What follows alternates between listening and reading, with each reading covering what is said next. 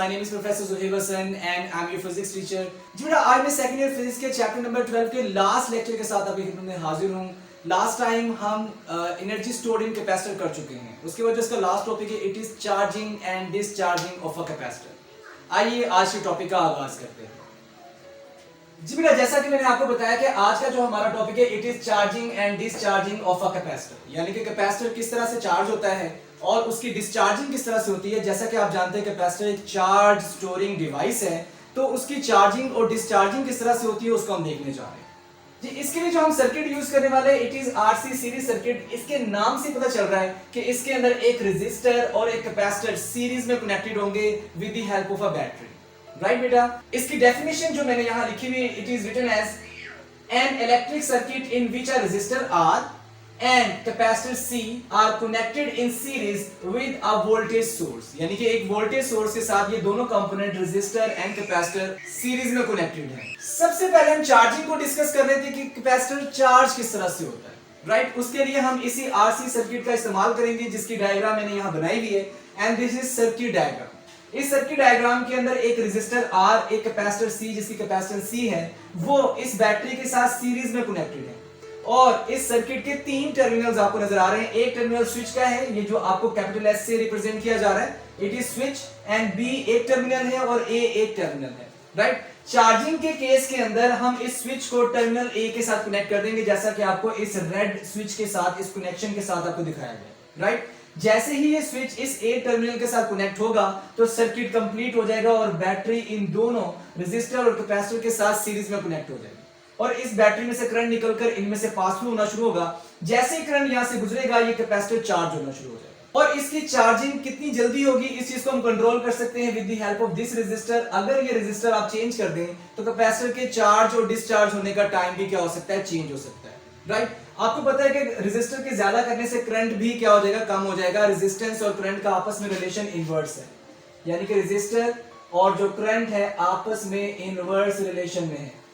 Right, यानी कि अगर मैं रेजिस्टेंस की वैल्यू क्या कर दूं, चेंज कर दूं, तो करंट की वैल्यू भी अकॉर्डिंगली चेंज हो जाएगी. अगर करंट की वैल्यू चेंज होगी तो rate of flow of charge change हो जाएगा.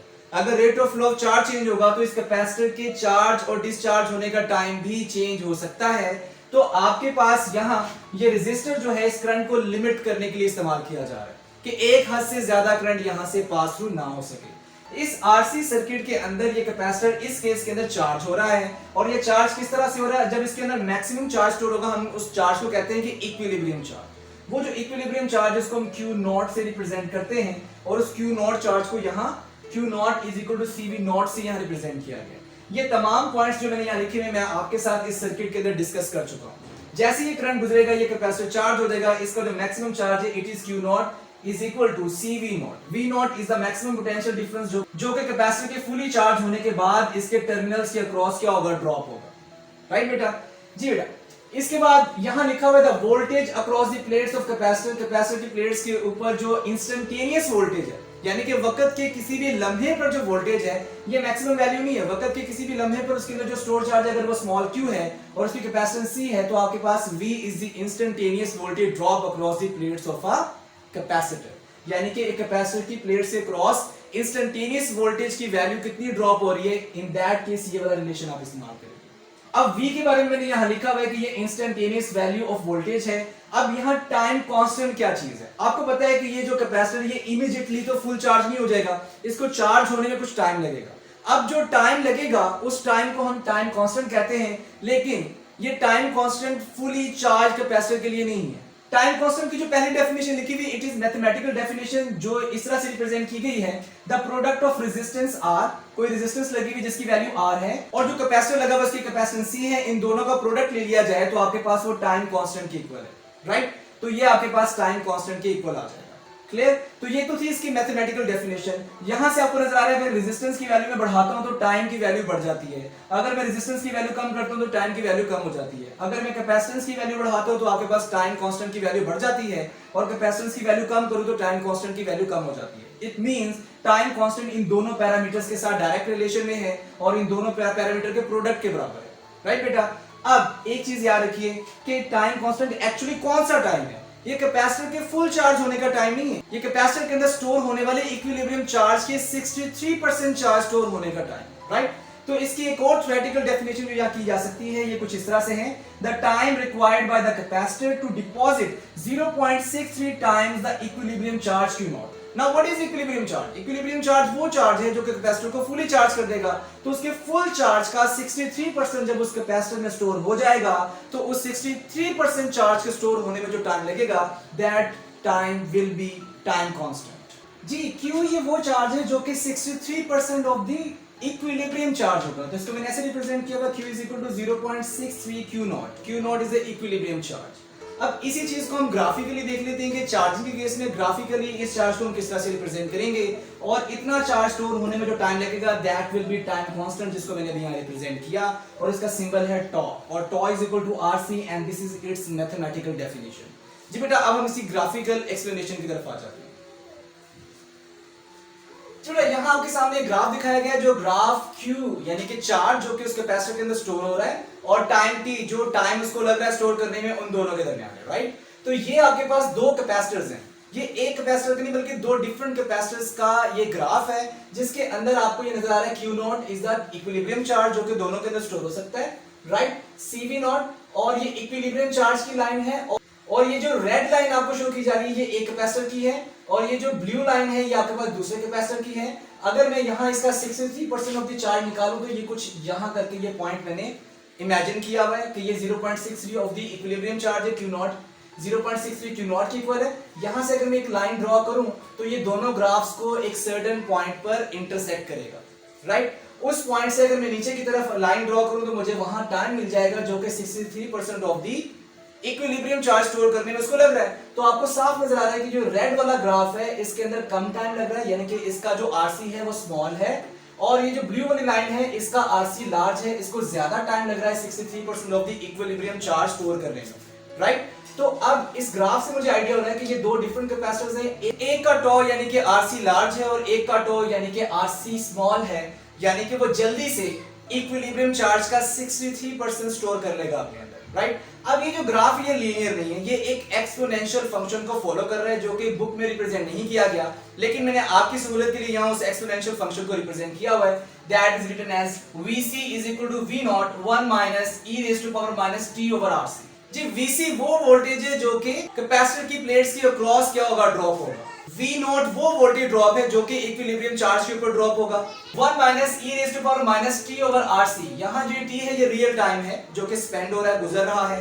RC आपको पता है ये टाइम कांस्टेंट के इक्वल होता है, तो e एक्सपोनेंशियल फंक्शन है। अगर मैं यहाँ टाइम की वैल्यू चेंज करता चला जाऊं तो मेरे पास कुछ इस तरह का एक्सपोनेंशियल ग्राफ बनता चला जाएगा with respect to time, right. तो ये जो चार्जिंग का ग्राफ है ये इस फंक्शन को फॉलो करता है, क्लियर बेटा।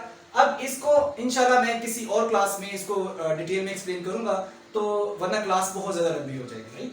तो अभी हम डिस्चार्जिंग को देख लेते हैं। डिस्चार्जिंग के लिए उसी सर्किट के अंदर अगर मैं वो स्विच A टर्मिनल की बजाय B टर्मिनल पे कनेक्ट कर देता हूं तो उसको जैसे मैं B टर्मिनल पे कनेक्ट करूंगा तो B टर्मिनल की वजह से इस बैटरी का कनेक्शन इस R और C के साथ डिस्कनेक्ट हो जाएगा, राइट। तो आपके पास डिस्कनेक्ट होने की वजह से यहाँ एक पोटेंशियल डिफरेंस एग्जिस्ट कर रहा होगा, तो बैटरी चूंकि डिस्कनेक्ट हो चुकी है यहाँ ये capacitor as voltage source behave करेगा। इसके पॉजिटिव प्लेट से करंट निकलेगा जो कि यहाँ मैंने इस तरह से एंटी क्लॉकवाइज डायरेक्शन में आपके सामने रिप्रेजेंट किया हुआ है। I करंट यहाँ से फ्लो करेगा और यहाँ से कैपेसिटर की पॉजिटिव प्लेट से नेगेटिव प्लेट की तरफ जा रहा होगा और with the passage of time gradually ये कुछ टाइम लेगा डिस्चार्ज होने में। अब इसका 63% ऑफ द चार्ज डिस्चार्ज होने में जो ये टाइम लेगा वो टाइम भी आपके पास टाइम कांस्टेंट कहलाएगा। वहां चार्जिंग के केस के अंदर आपके पास वो टाइम कांस्टेंट था, यहाँ डिस्चार्जिंग के केस के अंदर भी वही टाइम कांस्टेंट होगा, लेकिन वहां चार्जिंग हो रही थी 63% ऑफ द इक्विलिब्रियम चार्ज, लेकिन यहाँ इक्विलिब्रियम चार्ज का 63% जब डिस्चार्ज होगा तो उसमें जो टाइम लगेगा वो आपके पास टाइम कांस्टेंट होगा, राइट। इसी चीज को अगर मैं यहाँ रिप्रेजेंट करूं, यहाँ लिखा हुआ time constant is the time to discharge 0.63 times the equilibrium charge. 0.63 का मतलब 63% है, राइट। अगर ये इक्विलिब्रियम चार्ज का इतना चार्ज अगर डिस्चार्ज हो जाए उसको जो टाइम लगेगा वो उसका टाइम कांस्टेंट होगा। जी बेटा इसको हम ग्राफिकली देख लेते हैं। आइए इसको ग्राफिकली एक्सप्लेन करने की कोशिश करते हैं, डिस्चार्जिंग को ग्राफिकली किस तरह से एक्सप्लेन किया जा सकता है। जी बेटा डिस्चार्जिंग के केस में इस वक्त हमारे पास कैपेसिटर फुली चार्ज है तो उसके अंदर जो चार्ज स्टोर होगा वो Q नॉट यानी कि इक्विलिब्रियम चार्ज होगा। और जैसे ही ये आपके पास कनेक्शन बी पॉइंट पे आएगा तो ये कैपेसिटर डिस्चार्ज होना शुरू हो जाएगा, लेकिन वो एकदम से इमीडिएटली डिस्चार्ज नहीं होगा, उसको डिस्चार्ज होने में कुछ टाइम लगेगा। जब वो डिस्चार्ज होना शुरू होगा, आहिस्ता आहिस्ता चार्ज कम होना शुरू हो जाएगा और इन प्लेट्स के क्रॉस पोटेंशियल डिफरेंस में भी कमी आना शुरू हो जाएगी। और जैसे जैसे ये डिस्चार्ज होगा, ये कर्व्ड ग्राफ को फॉलो करेगा और वो इस एक्सपोनेंशियल फंक्शन के जरिए ये ग्राफ प्लॉट होगा। ये लीनियर ग्राफ नहीं है, ये एक्सपोनेंशियल ग्राफ है, और ये एक्सपोनेंशियल ग्राफ कुछ इस तरह से ग्रेजुअली नीचे आएगा और इसमें कुछ टाइम लगेगा इसे नीचे आने में, राइट। अब इसका 63% जब डिस्चार्ज हो जाएगा तो जो बाकी चार्ज बचेगा कितना बचेगा, वो 37% बचेगा। तो 37% के ऊपर मैंने क्या किया, एक लाइन ड्रॉ की, उस लाइन ने क्या किया, इन दोनों ग्राफ्स को एक सर्टेन पॉइंट पर इंटरसेक्ट किया। तो यहां से मुझे आइडिया होगा कि ये जो रेड वाला ग्राफ है इसको डिस्चार्ज होने में ज्यादा टाइम नहीं लग रहा, इसको डिस्चार्ज होने में कम टाइम लग रहा है, तो इसका आरसी क्या होगा, स्मॉल होगा। और ये जो ब्लू वाला ग्राफ है इसको डिस्चार्ज होने में, इसका 63% of the equilibrium charge discharge होने में ज्यादा टाइम लग रहा है कंपैरेटिवली, तो इसका आरसी लार्ज होगा, इसका टाइम कांस्टेंट लार्ज होगा। जी, ये डिस्चार्जिंग ग्राफ भी एक एक्सपोनेंशियल ग्राफ है, ये भी किसी एक्सपोनेंशियल फंक्शन को फॉलो कर रहा है जो मैंने यहाँ लिखा हुआ है, Vc is equal to V naught e raised to power minus t over RC, जहाँ t रियल टाइम है, RC आपको पता है ये जो सर्किट में रेजिस्टर और कैपेसिटर लगे हुए हैं, और ये एक्सपोनेंशियल फंक्शन है। V naught इक्विलिब्रियम वोल्टेज है, जो कि इक्विलिब्रियम चार्ज स्टोर होने पे कैपेसिटर की प्लेट्स के क्रॉस प्रोड्यूस होगा। Vc कैपेसिटर के क्रॉस पैदा होने वाला इंस्टेंटेनियस पोटेंशियल डिफरेंस है, राइट बेटा। अब चूंकि आपको पता है Q is equal to CV के मुताबिक अगर C कांस्टेंट है तो Q will be directly proportional to V, और जो फंक्शन फिर V फॉलो कर रहा होगा वही फंक्शन Q भी फॉलो करेगा, क्योंकि दोनों में डायरेक्ट रिलेशन है, दोनों डायरेक्टली प्रोपोर्शनल है। इट मींस मैं यहाँ वोल्टेज की बजाय चार्ज को भी रिप्रेजेंट कर सकता हूँ। इसको ऐसे भी लिखा जा सकता है QC is equal to Q naught e raised to power minus t over RC। तो हम इसको चार्ज की शक्ल में भी इस रिलेशन को रिप्रेजेंट कर सकते हैं, क्योंकि ये भी उसी फंक्शन को फॉलो करेगा जो कि फंक्शन वोल्टेज फॉलो कर रहा है, राइट बेटा। तो इसके साथ ही आज का हमारा लेक्चर खत्म होता है। इंशाल्लाह बहुत जल्द नेक्स्ट टॉपिक के साथ आपके खिदमत में हाजिर होऊंगा। आपसे गुजारिश है कि चैनल को सब्सक्राइब कीजिए, बेल आइकन पर क्लिक कीजिए, ताकि नेक्स्ट आने वाले वीडियोस की नोटिफिकेशंस आपको मिलते रहें। नेक्स्ट वीडियो तक के लिए मुझे इजाजत दीजिए। Thank you very much. Allah Hafiz.